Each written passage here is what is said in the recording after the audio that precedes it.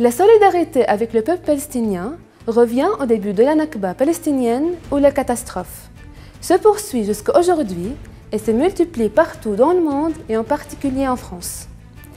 Pour parler plus de la solidarité avec le peuple palestinien, nous sommes enchantés de parler avec quelqu'un qui est passionné par la Palestine et nous avons le plaisir d'accueillir Madame Volé, la présidente de l'association Agir pour la Palestine.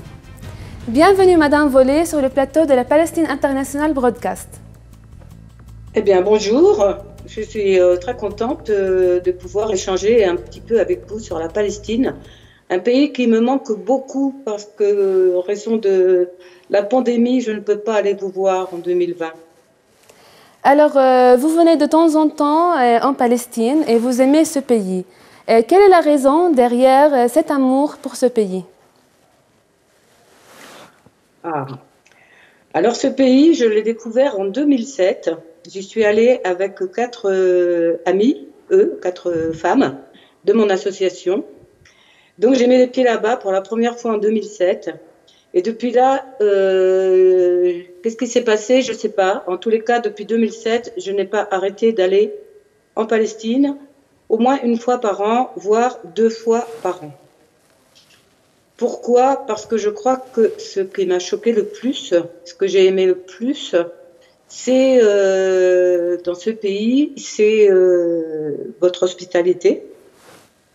Ce qui m'a beaucoup marqué, c'était ce qui était flagrant, c'était la violence de l'occupation et en face de ça, une résistance non violente qui ne perdait pas espoir. Donc je me suis dit, et on s'est dit avec mon association, parce que je ne suis pas toute seule à penser ça, on s'est dit que c'était pas possible de laisser les Palestiniens tout seuls et qu'il fallait au moins qu'on parle de façon crédible, de façon vraie, de ce qu'était la vie des Palestiniens.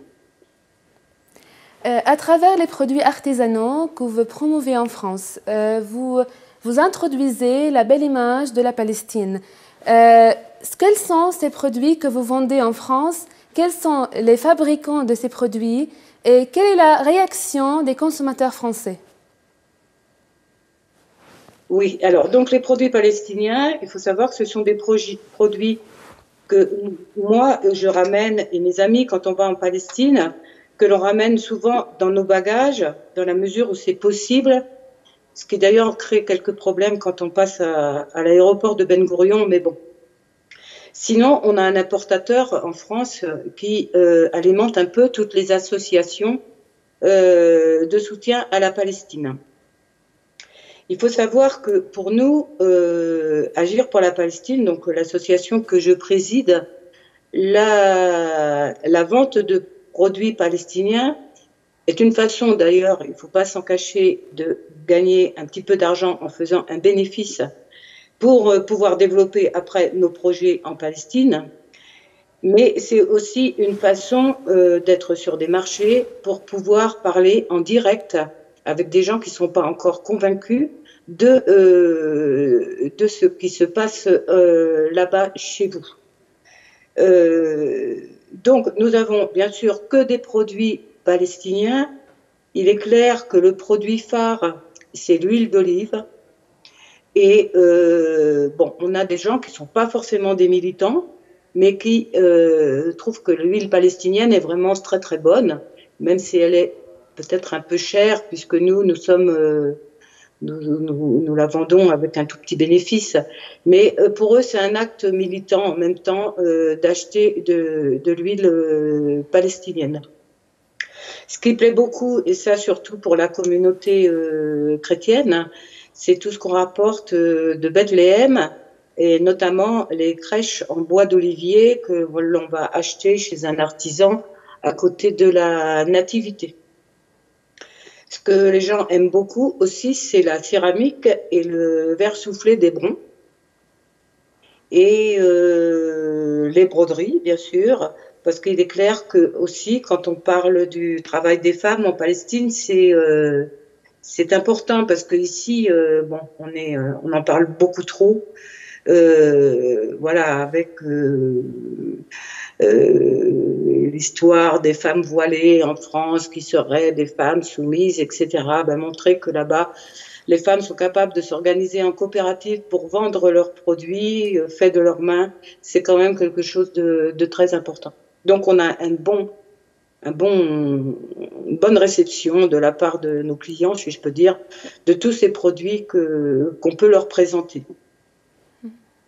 Madame Vollet, selon vous, comment une telle activité pourrait contribuer à renforcer la solidarité franco-palestinienne? En fait, cette activité, ça permet d'abord de promouvoir vos produits, qui sont en général de très bonne qualité. Dire que vous, sans occupation, vous seriez sans doute un pays qui serait capable de vivre sans toutes les subventions qu'on peut vous envoyer. Le fait que ce sont des bons produits, forcément, ça attire des gens avec qui on peut parler et avec qui on peut convaincre pour expliquer quelles sont nos actions, pourquoi on va là-bas. On est toujours dans un axe d'expliquer ce que c'est que la résistance non violente, ce qu'est le désir de la plupart des politiques que j'ai pu rencontrer en Palestine, qui d'ailleurs parlent toujours simplement de l'exigence du respect du droit international. Donc en parler de cette façon, c'est quand même quelque chose d'assez convaincant. Finalement, je vous laisse parler de la simplicité et l'hospitalité palestinienne que vous vivez quand vous venez et visitez la Palestine, d'après vous, votre deuxième pays. Alors là, je dirais il n'y a pas de mots, parce que j'ai un peu voyagé quand même dans ma vie, et il est vrai que l'hospitalité palestinienne, je l'ai retrouvée nulle part ailleurs. Chez vous, on est toujours très bien accueillis, on n'est jamais seul dans la rue, il y a toujours quelqu'un qui vient proposer ses services, il y a toujours quelqu'un qui vient offrir un café, il y a toujours quelqu'un qui est là auprès de vous, on n'est jamais dans l'embarras. Et je pense qu'on a, nous, Français, même Européens, on a beaucoup à apprendre sur cet accueil que vous réservez, tout au moins aux Français, militants que je suis. On a beaucoup à apprendre de vous. Je vous remercie infiniment, Madame Vollet, pour ce beau témoignage et vos paroles enrichissantes et motivantes pour le peuple palestinien. Merci à vous, surtout de m'avoir fait cette invitation. Hein. Donc je rappelle que tout ça, c'est pas moi toute seule. Hein. Je suis la présidente d'une association qui essaie toujours de parler de la Palestine. Hein. Et Dieu sait, en ce moment, c'est difficile avec la période, puisqu'on n'a plus de réunions, on n'a plus de conférences, on n'a plus de tout ça.